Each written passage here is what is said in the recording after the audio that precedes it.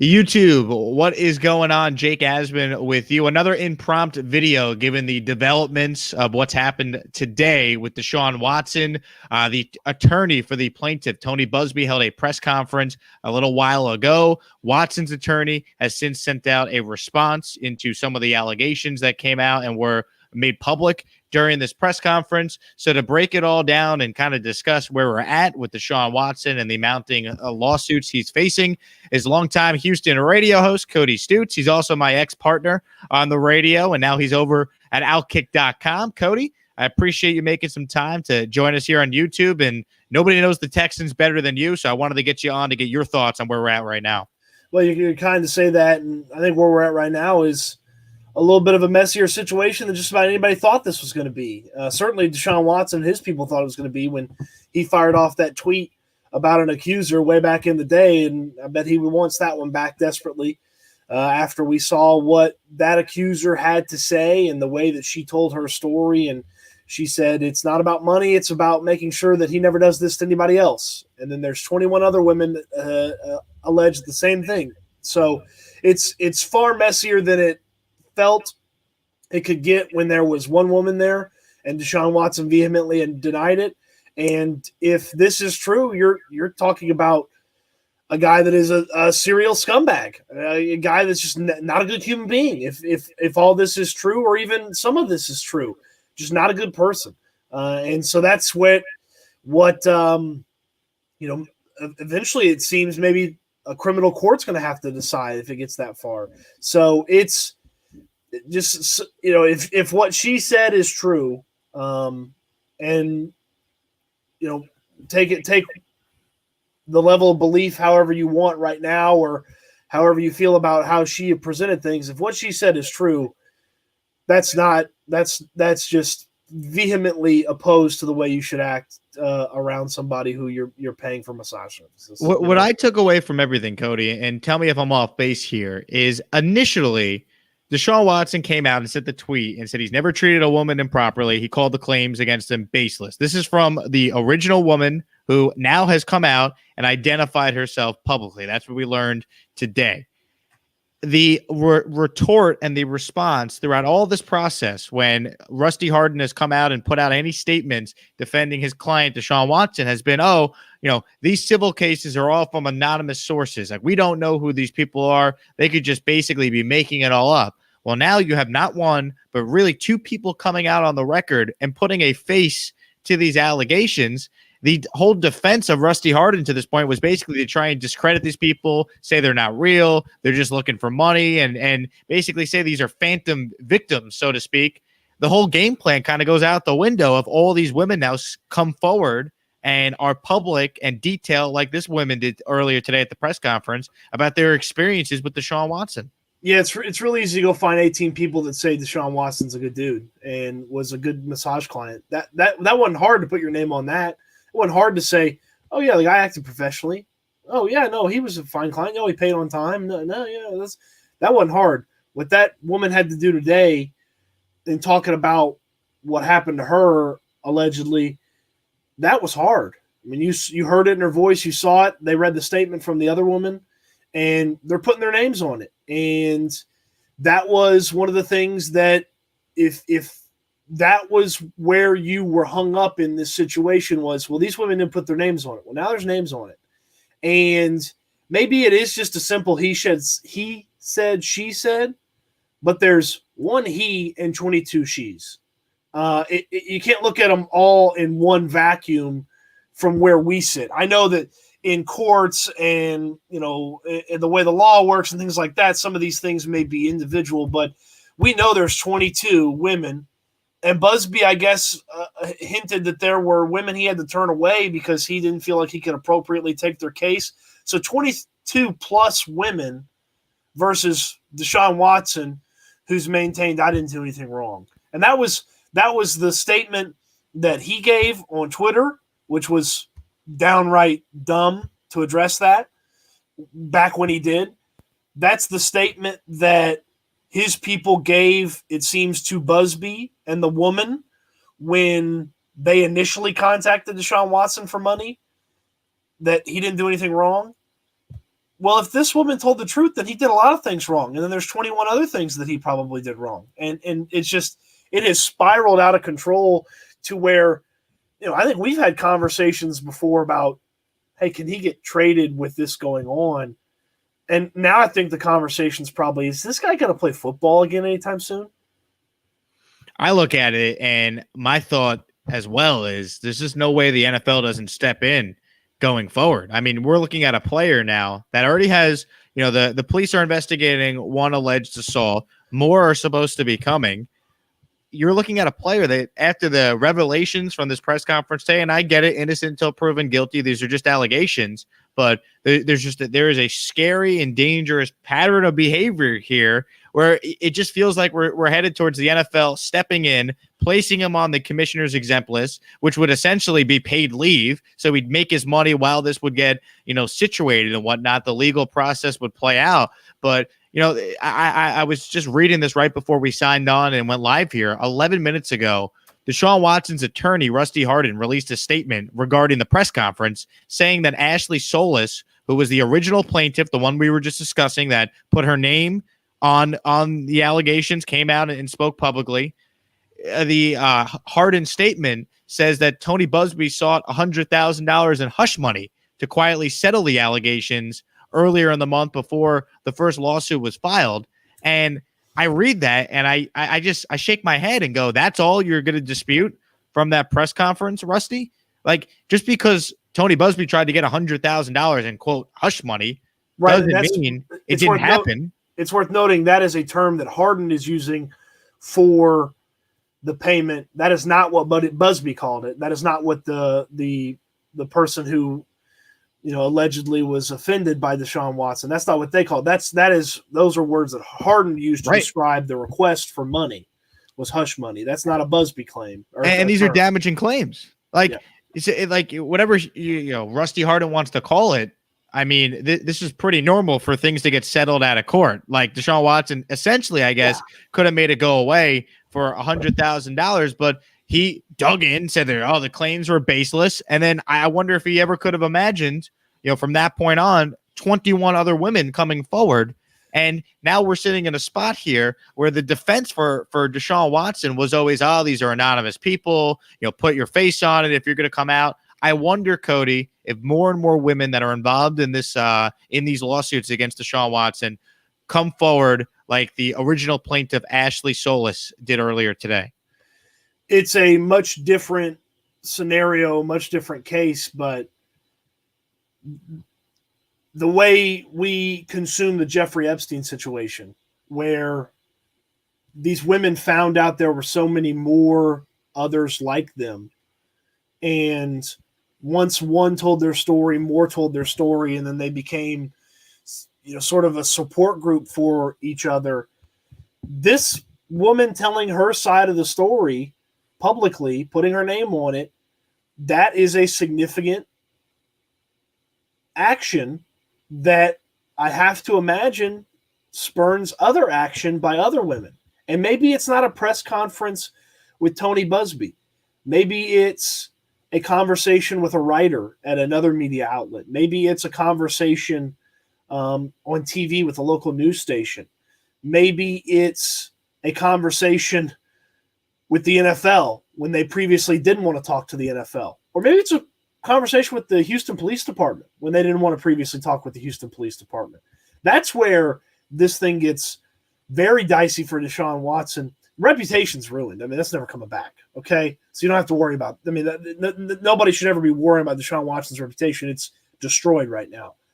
But Deshaun Watson needs to be worrying about his freedom if this turns into a significant legal matter, which it potentially could turn into a significant legal matter. And even if 11 of these women have legitimate stories that can be proven with facts and they can put it in front of a jury, that's a lot of women for Deshaun Watson to defend himself against with the strategy of they're not telling the truth, I'm telling the truth.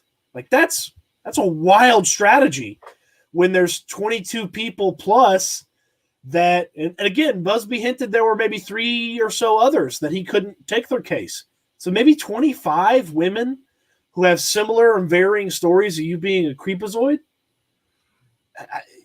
The truth is, the truth is saying that my truth is the truth is not a good defense.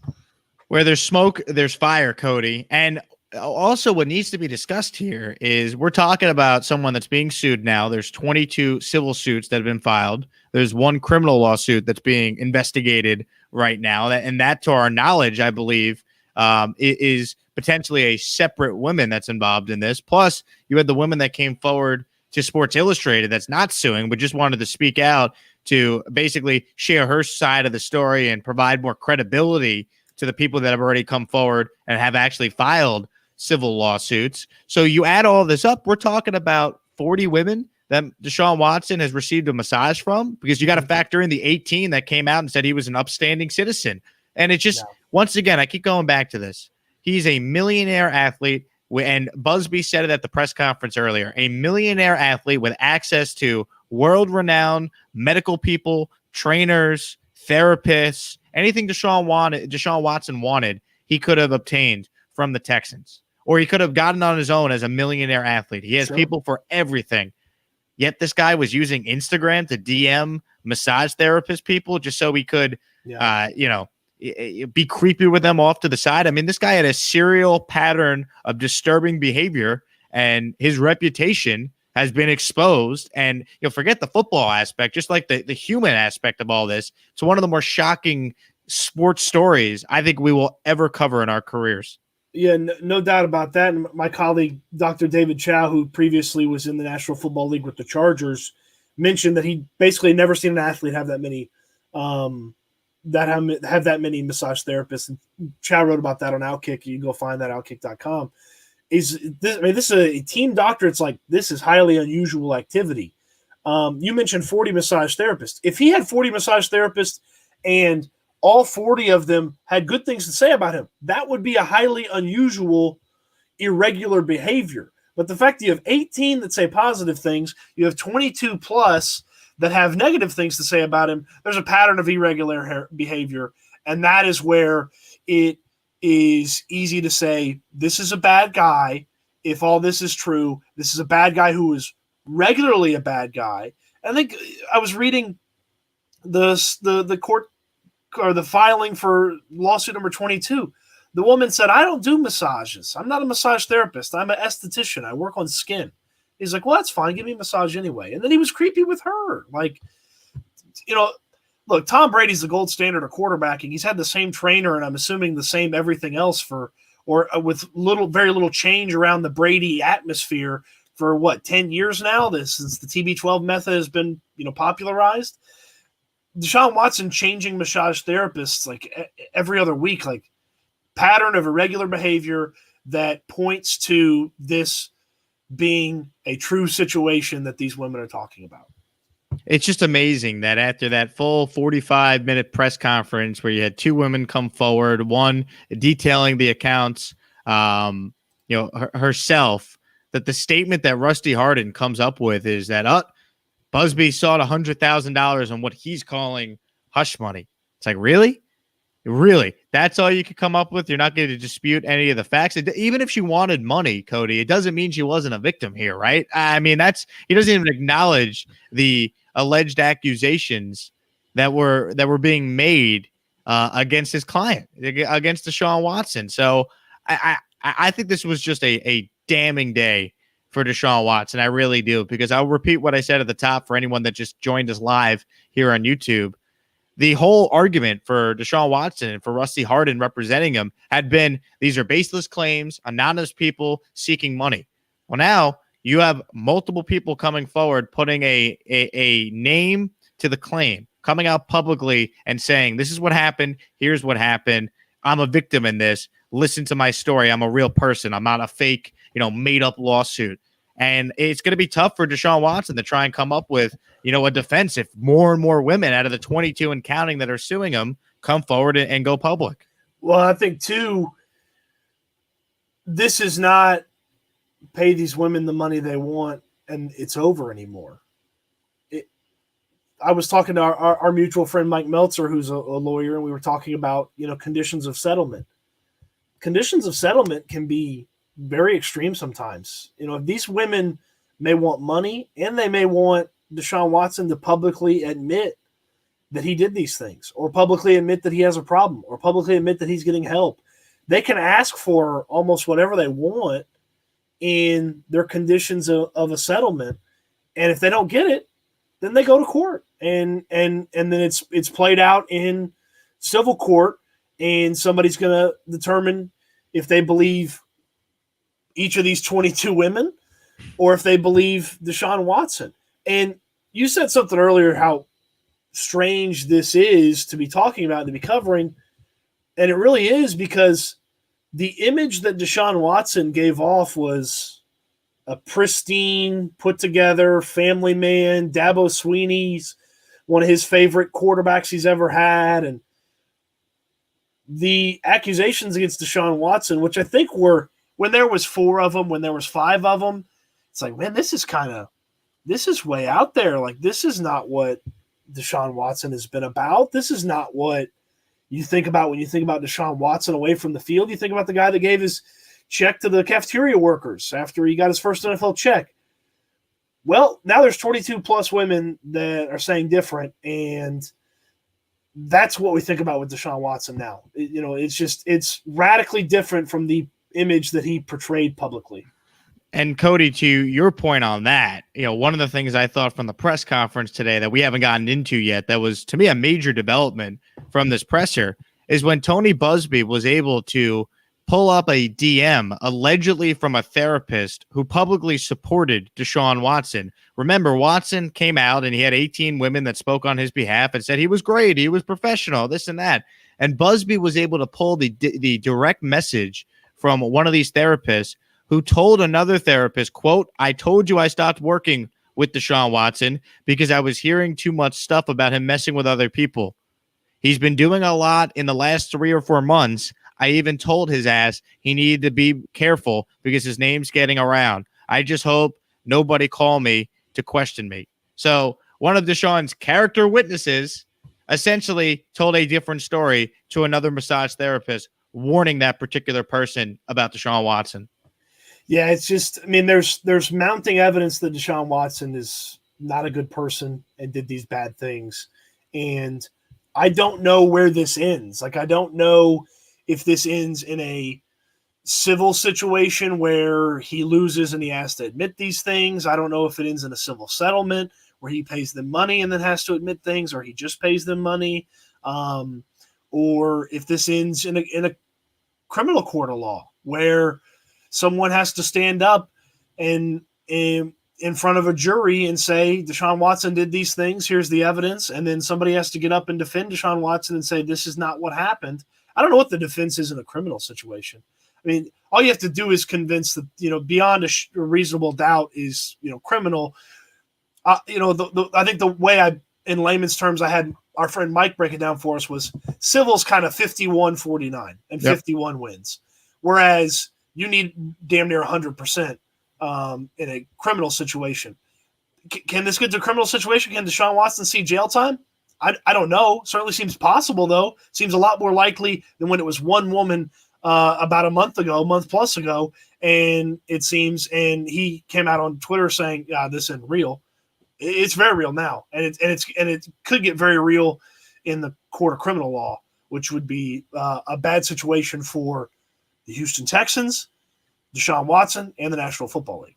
It is a real life 30 for 30 playing out all in front of us. I see Stephen Engel has been watching here on YouTube, and I've been seeing his comments. He writes in, he said, she said. This was when we were talking about the DMs that Buzbee was able to expose. See, a lot of this might be he said, she said, but there's mounting evidence with a paper trail that it's no longer he said, she said. You could verify the exchanges Watson is having with these massage therapists. You could verify, the Watson character witness saying one thing publicly, but then behind closed doors, messaging another person that's now suing Deshaun civilly, saying that, he's known to do this and stay away. I even told him to stop. Like, there are things that you could you could verify. Like, we're talking about a paper trail here. So it's no longer he said, she said. There's mounting evidence that it's actually, no, it's what she said. These women, the 22 and counting that have come out and have spoken out and have detailed their experiences with Deshaun Watson, are telling the truth. Well, it's right now it's 22 and counting she's to one he. And it would be highly unlikely that 22 women from across the country now, because this isn't just in the city of Houston, Texas. 3 Atlanta, 2 LA, I believe, is the location of some of the other women outside of Houston. It'd be highly unlikely that 22 women got together and decided, let's frame a star quarterback in the National Football League and hopefully get a couple bucks out of it. And by the way, the young lady today saying this isn't about money, this is so he doesn't do this again. That would stand to reason that there's not 22 women conspiring to have this happen against Deshaun Watson. It just, I don't know where we go from here, Cody. I think the next step is probably the police getting more involved, criminal investigation. But yeah, it's just, as we said at the top, I mean, this is one of the crazier sports stories that we've ever seen. The timing of it with the trade request. I mean, we're living through a historic sports moment right now with Deshaun Watson. The way the Houston Texans talked about the situation with Deshaun Watson in their message to season ticket holders, I did not view it that they really wanted to deal with Deshaun Watson in any way, shape, or form going forward. And that, I mean, there's just no chance that they want to have anything to do with Deshaun Watson in the long term after today. And certainly with more things maybe on the horizon. This is not the last we've heard of Tony Buzbee. This is probably not the last we've heard from these accusers. And if I'm the Houston Texans, I almost am thinking and maybe hoping, just put him on the commissioner's exempt list until this is all over. Hope that it's not over until, January or February of next year. And then they can go ahead and just sever the tie with Deshaun Watson however they need to. Because the way they talked about the situation, the case, was not a positive one. It's not one that they want to be dealing with. You're absolutely right. I mean, you can't trade him now. Forget that. I mean, the best thing for the Texans probably is he gets placed on the exempt list, and that's their excuse to keep him away from the team. They figure out the quarterback situation this year, and eventually whenever he gets suspended, or because he will probably play, unless he's going to jail, which doesn't seem likely, he's going to play football at some point once again. It might not be in 2021, but the best thing for the Texans might be to just let the NFL put him on the exempt list and push the Deshaun Watson storyline, down the pipeline and deal with it at the end of next season. Here's the scenario where he doesn't get suspended, but he also doesn't play in 2021, and that's that the NFL is waiting for some of these civil things and criminal things to be settled, and their investigation's not done. Hey, we're not done investigating. We haven't come to the conclusion, because you got to remember the Antonio Brown thing. When he got suspended, it was over and done with. Like the NFL could talk to the woman. Brown had, in a criminal situation or a civil situation, like that was finished. Like that was close to finishing. We are just getting started with the Deshaun Watson situation. So the NFL could take as long as they want. And that was one of the things that, ironically, Rusty Harden was dealing with Adrian Peterson. Adrian Peterson was healthy, ready to play football, not guilty of anything at that moment, and just not able to play football because he was on the commissioner's exempt list. Right. And that's the scenario where Deshaun Watson misses all of 2021 without being suspended, and that's him being on the commissioner's exempt list, which is at this point not out of the question. I don't think anything's really out of the question with the way the NFL is going to handle this. And I don't think it's the craziest thing to think the Houston Texans may take action of their own in some way, shape, or form. I don't know what it is, but it would seem illogical to think that they would release him. But someone's going to have to ask that question in the building. Someone's going to have to look around and say, do we need to get rid of this guy? Do we need to make sure he's not associated with the team and let the NFL handle him on their own?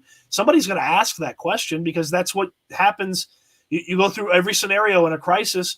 And that's certainly what Deshaun Watson's in. And really, it's kind of where the Houston Texans have been roped in. You heard that he borrowed massage tables from the Texans today, allegedly, from Tony Buzbee in his press conference. The Texans have gotten roped into this, and some people are going to act like the Texans are standing by this guy.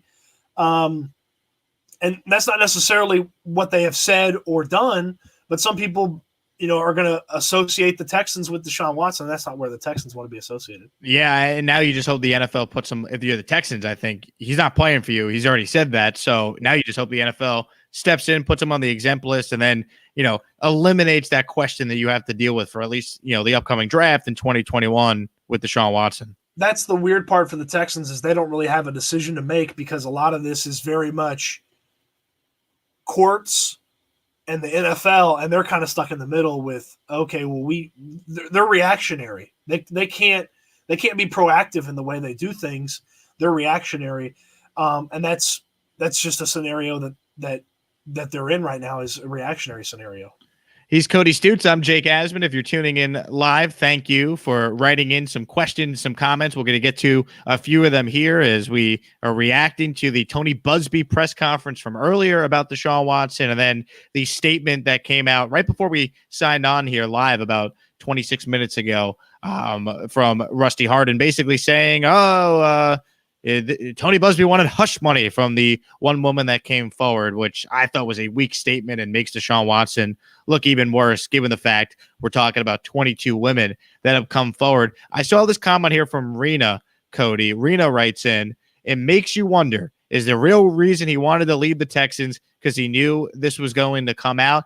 I don't think that's the case. I think he just wanted to leave for football reasons. He wanted to go somewhere that gave him a better chance to win. He didn't like Easterby. He didn't like the lack of input in the decisions that were made for GM and head coach after he was told he'd get input. I think it was a football reason, although it is fascinating, once again, this 30 for 30, Cody, that we're living through in real life, that the trade request comes out for a 25-year-old quarterback, top 5 at his position, and then now all this comes out months after that trade request was made. It really is just an unreal storyline that we're watching unfold. It is. I mean, the Texans have found themselves in dealing with two of the most unique scenarios we've seen in recent memory. They bungled a 25-year-old star quarterback who was under contract to the point where he didn't want to play for them anymore.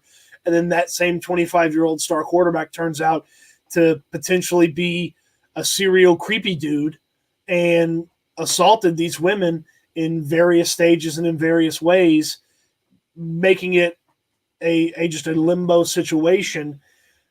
Watson wasn't escaping this if he went to the Jets or the 49ers or the Panthers or anything like that. If these women wanted to press this issue, they could press this issue from anywhere. In fact, it would be even more detrimental if he was on a different team, because then you'd have two fan bases disgusted with him. Not to say that every fan base isn't disgusted with him. If this is true, they certainly are. But Texans fans are disgusted. You have people, I see it on social media, I see it in Reddit threads. I'm embarrassed that I wore a Ford jersey. I talked to a buddy of mine. He goes, what do I do with my kid's Ford jersey? He goes, I guess I throw it away. I was like, yeah, because I don't know that anybody really wants it. It's not like, not only is the guy not going to play for the team, he might be a total scumbag. So it's different than my Sam Darnold jersey that I now no longer can wear, Cody. A little different. Your Darnold jersey, you gotta maybe tie dye that. See if you can make it blue and support Sam on Sundays when the Jets aren't playing. But yeah, so could Deshaun escape this? I don't know. It is interesting. I would like to know for some of these women if the genesis behind them talking to Tony Buzbee was Deshaun Watson saying this first woman was a liar, and if it was, could Deshaun Watson have had all this remain behind closed doors if he had accepted that woman's initial request for $100,000 and not publicly called her a liar and said that he'd never treated any women poorly? That original statement, Cody, it almost read like a challenge, basically, for these other women to come forward. Like, oh, yeah, you think this person's not telling the truth? I had a very similar experience with this woman had as well. And here we are now, 22 civil lawsuits later. It's just crazy. So I see someone right in here. No charges pressed after 3 weeks. I call BS. backwood bully. The legal process takes time, right? If a prosecutor is going to take this case, they need to feel like they have a chance to win the case. There has to be, what is the term, right? Preponderance of evidence or beyond reasonable doubt. I guess that would be well, for. here's how it works. First, you have to investigate it. Yep. You have to determine if there's evidence enough to take it to district attorney, which they're now doing. The district attorney then has to determine, can we prosecute this person to the point where we can get a guilty verdict? And if the district attorney believes that, then it goes to then the process starts and the trial starts and all of those things. They just began investigating this with one woman who talked to them. And there's no reason to rush this on the off chance that 21 other women may want to talk to them, or 22 other women, or 30 women, or however many women there are here. There's no reason for this to be an accelerated process. And by the way, the HPD couldn't investigate anything because they didn't know who any of these women were. The only people who knew were Tony Buzbee's people. Rusty Harden didn't know. The HPD didn't know. As there has become a sharing of information, it has been easier to see how the Houston Police Department can then investigate this and then determine if this is something that can send Deshaun Watson to trial. I just keep thinking back to what would have happened had a team traded for Deshaun Watson and then all this came out, right? Could you imagine what the outcry would have been had he been dealt to the Jets or had he been dealt to the Dolphins and then all these allegations came out? I mean, I wonder if those respective teams would be angry at the Texans and say, did you know about this? And have the NFL try and get involved to, reverse the trade essentially. Like the best thing that happened for 31 other teams, not the Texans, of course, is that he wasn't traded right when he put the trade request in, because that could have added an entire new layer from a football standpoint with this, very serious story. Look, I think there's going to be somebody that eventually would be interested in having Deshaun Watson play football for them. They're going to have a very interesting conversation in their building, and they're going to have a very interesting conversation with their fan base if it gets to that point, when it gets to that point. Less and less, it's looking like it's going to be in 2021, and looking more and more like the next time he plays football is 2022. Not out of the question that he plays in 2021, but who he plays for is going to have some difficult conversations about Deshaun Watson putting on their jersey and explaining to people who are going to want answers as to why they are employing this person. And deep down, we're going to know the answer. He's really good at football. And there have been guys who have been, who have done worse, who have served jail time. They got to play in the National Football League. Leonard Little killed a guy when he was drunk driving. Dante Stallworth. Those guys got to keep playing. Deshaun Watson's a quarterback. I mean, someone's going to give him a shot eventually. It may not be in 2021, maybe in 2022, but they're going to have difficult questions to answer if all this is true, because each day that it goes on, it's less and less likely that this just all goes away and Deshaun Watson was wrongfully accused of all this. It's just the chance that that's the case is just so small at this point. All these women aren't lying. I'm sorry, people. I know you're like, oh, it's a money grab. Not when you have people coming forward, not when the police are starting to investigate. I'm all for letting the process play out, but there is a scary pattern of evidence here that it is very tough to try and defend Deshaun Watson. Heck, his own attorney is running out of excuses and cover-ups and things to put out there in response to the accusations being made. I mean, the latest one that we read earlier in this video, I encourage you to go back and watch the full thing if you joined us late. I mean, the plaintiff wanted $100,000 in hush money before this all began. What? That doesn't mean that the alleged things didn't happen. He didn't deny that in the statement. It was just, they wanted money. Yeah, it's a civil suit. Of course they want money. It doesn't mean she's still not a victim in all this. It's very hard to say all 23 of these women, and counting, by the way, are lying. And now the police are investigating it. So as you said, Cody, this is far from over because, criminal charges is the next step here. Honestly, if we're going to kind of project ahead, if there's evidence of criminal behavior, the Houston Police Department is getting involved, and eventually, as you pointed out, he could be charged with criminal charges. Yeah, and I think the big thing too is money can make people feel different ways. There may be some women that if they just get a certain amount of money, they'll never talk about this again, and it goes away for them. The young lady that spoke today, she said not about the money. Make sure he never does it again. Well, it's not as simple as just give these women money and then they don't ever talk about it again and nobody ever mentions it again. It's gone far beyond that. The opportunity for that to be the case for Deshaun Watson is gone. The people are going to want public repercussions for Deshaun Watson, not just private repercussions of his bank account. Well said, Cody. Let's wrap up here. We've gone for about 35 minutes. Appreciate the 86 people that are in right now watching live. If you're watching this on replay, thank you so much. Please subscribe to my channel. It's just, I don't know, where's the subscribe button on YouTube? It's like down there or somewhere in the video. Please hit subscribe. It helps me be able to produce these videos when I'm not doing radio in the mornings on Sports Map. So thanks for tuning in. You don't have the fun graphics that pop up that are like subscribe here. No, I'm working on that. I need the subscribe. So please subscribe, help me out. And Cody, tell people where they could find you, because you do a Texans podcast with Landry Locker and Mike Meltzer. Three of you guys were all on Sports Radio 610, the Texans flagship together. You're all really good friends, and you talk Texans every week via the podcast. So tell people where they can find that and find you if they want to hear more from one Cody Stoots. Yeah, no doubt. At Cody_Stoots on Twitter is where you can find me. We tweet the podcast out each week. We take questions each week on the podcast. That's where we talk a little Texans, little Astros, some Rockets, and you get the witty banter between three friends who are very good friends. We call it In the Group Chat. It's literally what we text each other about, and then we yell about it on a podcast. And then all the great stuff we do over at Outkick, outkick.com, at Outkick on social media. We're on YouTube as well. We got great stuff up there. We just launched the Outkick 360 guys about 3 weeks ago. They're doing fantastic. We're having a blast there. We got some big things coming in the future with Outkick, so I'm real excited to be helping out in building some great stuff with them. So find Outkick wherever you find Jake Asman, really, and then you can consume some of the great stuff we got over at Outkick. There we go. Cody, I appreciate you doing this, man. Thanks so much. Anytime, man. Anytime. Have a good Tuesday, everyone. Thanks for watching.